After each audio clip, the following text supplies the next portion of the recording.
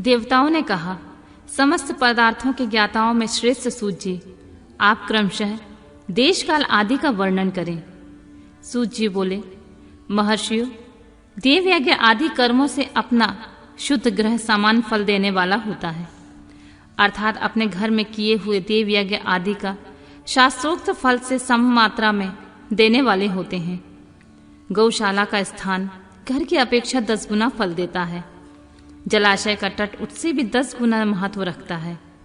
जहाँ बेल, तुलसी आदि पीपल वृक्ष का मूल निकट हो, वहाँ स्थान जलाशय के तट से 10 गुना फल देने वाला होता है। देवालय को उससे भी 10 गुने महत्व का स्थान समझना चाहिए। देवालय से भी 10 गुना महत्व रखता है तीर्थ भूमि का तट। उससे 10 गुना श्रेष्ठ है नदी का किनारा। उससे 10 गुना उत्कृष्ट है तीर्थ नदी का तट। और उससे भी 10 गुना महत्व रखता है सप्तगंगा नामक नदियों का तीर्थ। गंगा, गोदावरी, कावेरी, ताम्रपर्णी, सिंधु, सरयू और नर्मदा, इन 7 नदियों को सप्तगंगा कहा गया है। समुद्र के तट का स्थान इनसे भी 10 गुना पवित्र माना गया है। और पर्वत के शिखर का प्रदेश महासमुद्र से भी 10 गुना पावन है। सबसे अधिक महत्व वह स्थान जानना चाहिए जहां मन लग जाए। यहां तक देश का वर्णन हुआ है। अब काल का तारतम्य बताया जाता है। सतयुग में यज्ञ, दान आदि का कर्म पूर्ण फल देने वाले होते हैं, ऐसा जानना चाहिए। त्रेता युग में उसका 3/4 फल मिलता है। द्वापर में सदा आधे ही फल की प्राप्ति कही गई है। कलयुग में 1/4 ही फल की प्राप्ति समझनी चाहिए। और आधा कलयुग बीतने पर उस 1/4 फल में से भी 1/4 कम हो जाता है। शुद्ध अंतःकरण वाले पुरुष को शुद्ध एवं पवित्र दिन सम फल देने वाला होता है। ब्राह्मणों, सूर्य संक्रांति के दिन किया हुआ सत्कर्म पूर्वोक्त शुद्ध दिन की अपेक्षा 10 गुना फल देने वाला होता है। यह जानना चाहिए उससे भी 10 गुना महत्व उस कर्म का है जो विषुव नामक योग में किया जाता है। दक्षिणायन आरंभ होने के दिन अर्थात कर्क की संक्रांति में किए हुए पुण्य कर्म का महत्व विषुव में 10 गुना अधिक माना गया है। उससे भी 10 गुना मकर संक्रांति में और उससे 10 गुना चंद्र ग्रहण में किए हुए पुण्य का महत्व है। सूर्य ग्रहण के समय सबसे उत्तम है। उसमें किए हुए पुण्य कर्म का फल चंद्र ग्रहण से भी अधिक और पूर्व मात्रा में होता है। इस बात की विज्ञ पुरुष जानते हैं। जगत रूपी सूर्य का राहु रूपी विष से संयोग होता है, इसलिए सूर्य ग्रहण का समय रोग प्रदान करने वाला होता है। अतः उस विष की शांति के लिए उस समय स्नान, दान और जप करें। वह काल विष की शांति के लिए उपयोगी होने के कारण पुण्य पद माना गया है। जन्म नक्षत्र के दिन तथा व्रत की पूर्ति के दिन समय सूर्य ग्रहण के समान ही समझा जाना चाहिए, परंतु महापुरुषों के संग का काल करोड़ों सूर्य ग्रहण के समान पावन है, ऐसा ज्ञानी पुरुष जानते मानते हैं। तपोनिष्ठ योगी तथा ज्ञाननिष्ठ यति ये पूजा के पात्र हैं, क्योंकि ये पापों के नाश के कारण होते हैं। जिसने 24 लाख गायत्री का जप कर लिया हो, वह ब्राह्मण भी पूजा का उत्तम पात्र है। वह संपूर्ण फलों और भोगों को दान देने में समर्थ है। जो पतन से त्राण करता है अर्थात नरक में गिरने से बचाता है, उसके लिए इसी गुण के कारण शास्त्र में पात्र शब्द का प्रयोग किया गया है। वह दाता का पातक से त्राण करने के कारण पात्र कहलाता है। गायत्री अपने गायक का पतन से त्राण करती है, इसलिए वह गायत्री कहलाती है। जैसे इस लोक में जो धनहीन है, जो दूसरों को धन नहीं देता, जो यहाँ धनवान है वही दूसरों को धन दे सकता है, उसी तरह जो स्वयं शुद्ध और पवित्र आत्मा है वही दूसरे मनुष्यों का त्राण या उद्धार कर सकता है। जो गायत्री का जप करके शुद्ध हो गया है वही शुद्ध ब्राह्मण कहलाता है। इसीलिए दान, जप, ओम और पूजा सभी कर्मों के लिए वही शुद्धि पात्र होता है। ऐसा ब्राह्मण ही दान और रक्षा करने की पात्रता रखता है।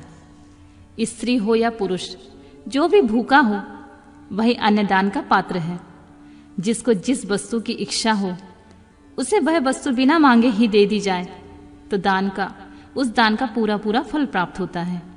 ऐसा महर्षियों की मान्यता है कि जो सवाल या याचना करने के बाद दिया गया हो वह दान आधा ही फल देने वाला होता है। अपने सेवक को दिया हुआ दान 1/4 फल देने वाला होता है। विप्रवरु जो जाति मात्र से ब्राह्मण है और दीनता पूर्वक वृत्ति से जीवन बिता रहा है, उसे दिया हुआ धन का दान दाता को इस भूतल पर 10 वर्षों तक भोग प्रदान करने वाला होता है। वही दान यदि वेद वेत्ता ब्राह्मण को दिया जाए तो वह स्वर्ग लोक में देवताओं के वर्ष से 10 वर्षों तक दिव्य भोग देने वाला होता है। शील और उच्च वृत्ति से लाया हुआ और गुरु दक्षिणा में प्राप्त हुआ अन्य धन शुद्ध द्रव्य कहलाता है। उसका दान दाता को पूर्ण फल देने वाला बताया गया है। क्षत्रियों का शौर्य से कमाया हुआ धन, वैश्यों का व्यापार से आया हुआ और शूद्रों का सेवा वृत्ति से किया प्राप्त हुआ धन उत्तम द्रव्य कहलाता है। धर्म की इच्छा रखने वाली स्त्रियों को जो धन पिता अथवा पति से मिला हुआ होता है उनके लिए वह उत्तम द्रव्य है। गौ आदि 12 वस्तुओं से चैत्र आदि 12 महीनों में क्रमशः दान करना चाहिए। गौ, भूमि, तिल, स्वर्ण, घी, वस्त्र, दान, गुड़, चांदी, नमक, कोहड़ा और कन्या, ये सभी 12 वस्तुएं होती हैं। इनमें गौदान से कायिक, वाचिक और मानसिक पापों का निवारण तथा कायिक आदि पुण्य कर्मों की पुष्टि होती है। ब्राह्मणों, भूमि का दान इंद्रलोक और परलोक की प्रतिष्ठा की प्राप्ति कराने वाला होता है।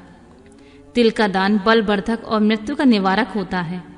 सुवर्णा का दान जठर अग्नि को बढ़ाने वाला तथा वीर्यदायक होता है। घी का दान पुष्टिकारक होता है।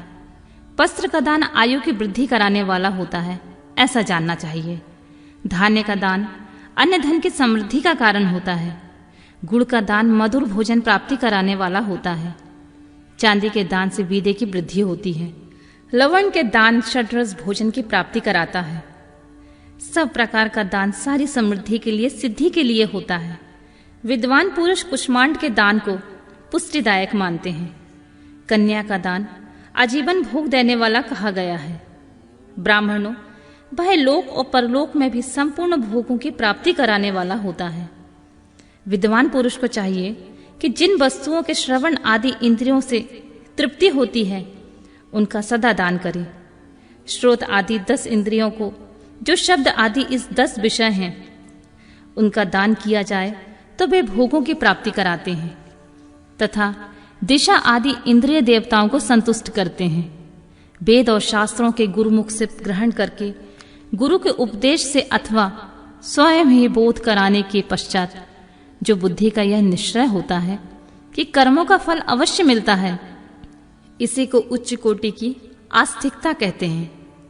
भाई बंधु अथवा राजा के भय से जो आस्तिकता बुद्धि या श्रद्धा होती है वह कनिष्ठ श्रेणी की आस्तिकता है जो सर्वथा दरिद्र है। इसलिए जिसके पास सभी वस्तुओं का अभाव है वह वाणी अथवा कर्म द्वारा यजन करे।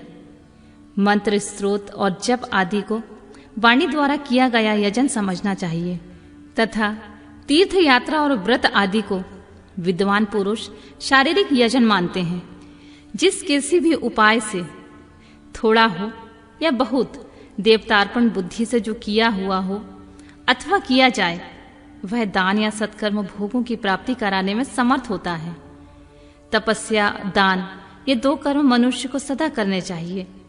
ऐसा ग्रह दान का योग करना चाहिए जो अपने वर्ण, चमक दमक या सफाई और गुण सुख सुविधा से सुशोभित हो।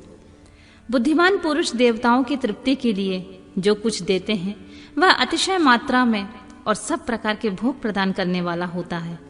उस दान को विद्वान पुरुष यह लोक और परलोक में उत्तम जन्म तथा सदा सुलभ होने वाला भोग पाता है। ईश्वरार्पण बुद्धि से यज्ञ, दान आदि कर्म करके मनुष्य मोक्ष फल का भागी होता है।